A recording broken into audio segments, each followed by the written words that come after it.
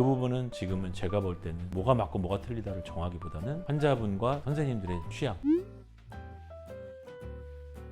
안녕하십니까, 견준 원장입니다. 유튜브를 시작을 하게 되었습니다. 이제 세 가지를 주로 위주로 할 건데요. 첫 번째는 리쥬란, 두 번째는 써마지, 세 번째는 울세라. 또 이 세 가지를 정한 이유가 있어요. 대부분 제가 한 10년 이상 사용했던 거고, 나오자마자 대부분 사용했던 시술들이고, 이것들을 지금은 적절하게 같이 조합을 해서 사용하고 있습니다. 그러면 리쥬란에 대해서 먼저 말씀을 드리도록 하겠습니다. 처음 우리나라에 나온 거는 2014년 7월, 그리고 저는 2013년부터 만지작거리기 시작을 했습니다. 그래서 2014년 7월에 런칭 심포지엄을 할 때 제가 아마 리쥬란 제일 첫 강의를 했을 겁니다. 어쨌든 제일 많이 썼고, 지금 2014년부터 지금 한 8년 좀 넘게 지나는 동안 리쥬란은 굉장히 많이 사용을 하면서 싱가포르, 말레이시아, 태국, 일본, 중국 이런 곳에 이제 런칭 심포지엄을 할 때 리쥬란을 전파했던 것 같아요.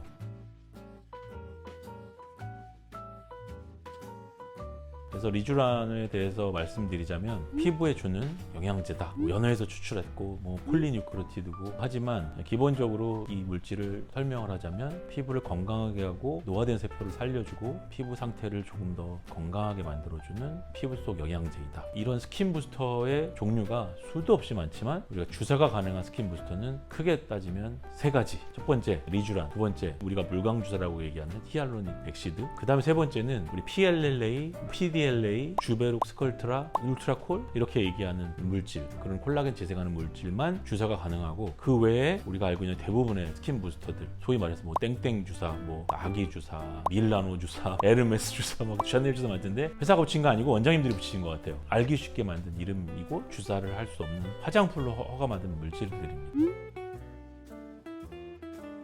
우리가 볼 수 있는 리쥬란의 역할은 한마디만 말씀드리면, 맞는다고 막 피부에 광이 나고 번쩍번쩍하고 환해지고 이런 거라기보다는 조금 천천히 효과는 나타내지만 안전성과 효과가 피부 재생으로 확실히 입증된 물질이라고 할 수 있고, 기본적으로는 보통 3회 정도를 3주 간격으로 맞지만 정해진 바 없습니다. 보약이라고 말씀드렸는데 보약을 3번 먹으면 끝나는 게 아니잖아요. 시간과 비용과 통증을 참아낼 수 있는 그러한 여러 가지 여건이 만족한다면 한 달에 한 번씩 평생 맞으셔도 사실은 상관이 없고, 그렇기 때문에 유지기간이라는 건 의미가 없습니다. 어떤 분들이 이게 맞으면 유지기간이 얼마냐, 몇 달을 가냐, 몇 번에 한 번씩 맞냐 하는데 다 의미 없는 얘기고, 중요한 거는 한 2, 3주, 3, 4주 간격으로 자주 맞으면 좋지만 아프기도 하고 비용도 있고 시간도 허락을 해야 되고, 그런 여건이 허락하는 한 자주 맞으면 좋다. 이렇게 자주 맞으라 해서 회사에서 고용된 사람은 아니고요. 그동안 쭉 해보니까 정해진 횟수, 정해진 시간, 유지기간은 정해진 건 없습니다. 또 한 가지 가장 중요한 거, 환자분들도 그렇고 의사 선생님들도 유튜브에서 말씀하시는 걸 보면 아주 겉으로 아주 꼼꼼하게 놔야 볼록볼록 튀어나가게 아프게 놔야 효과가 있다, 그렇게 말씀하시는데 아무것도 밝혀진 바 없습니다. 그리고 깊게 놓으면 효과가 없고 이렇게 얘기하는데 그것도 전혀 맞는 말이 아닙니다. 왜냐하면 바로 진피 하부와 지방층 사이에는 스템셀, 줄기세포라는 것들이 있거든요. 거기에서 우리가 아디포넥틴이라고 하는 그런 것이 자극되면 진피에 있는 콜라겐도 재생이 되고 표피에 있는 피브릴린이라고 하는 천연 보습인자도 증가되고, 그래서 그거 다 좋아져요. 그래서 저는 요새 그래서 겉으로만 안 놓고 안으로 놓고 겉으로 같이 놓고 있고, 손으로 해야 꼭 좋다 이런 것도 사실은 밝혀진 바 없습니다. 이제 그 부분에 대해서는 어느 층에 놓고 어떤 식으로 놔야 효과가 있는지에 대해서는 논문을 쓰려고 준비를 하고 있고요. 그 부분은 지금은 제가 볼 때는 뭐가 맞고 뭐가 틀리다를 정하기보다는 환자분과 선생님들의 취향, 그 부분에 대해서는 조금 더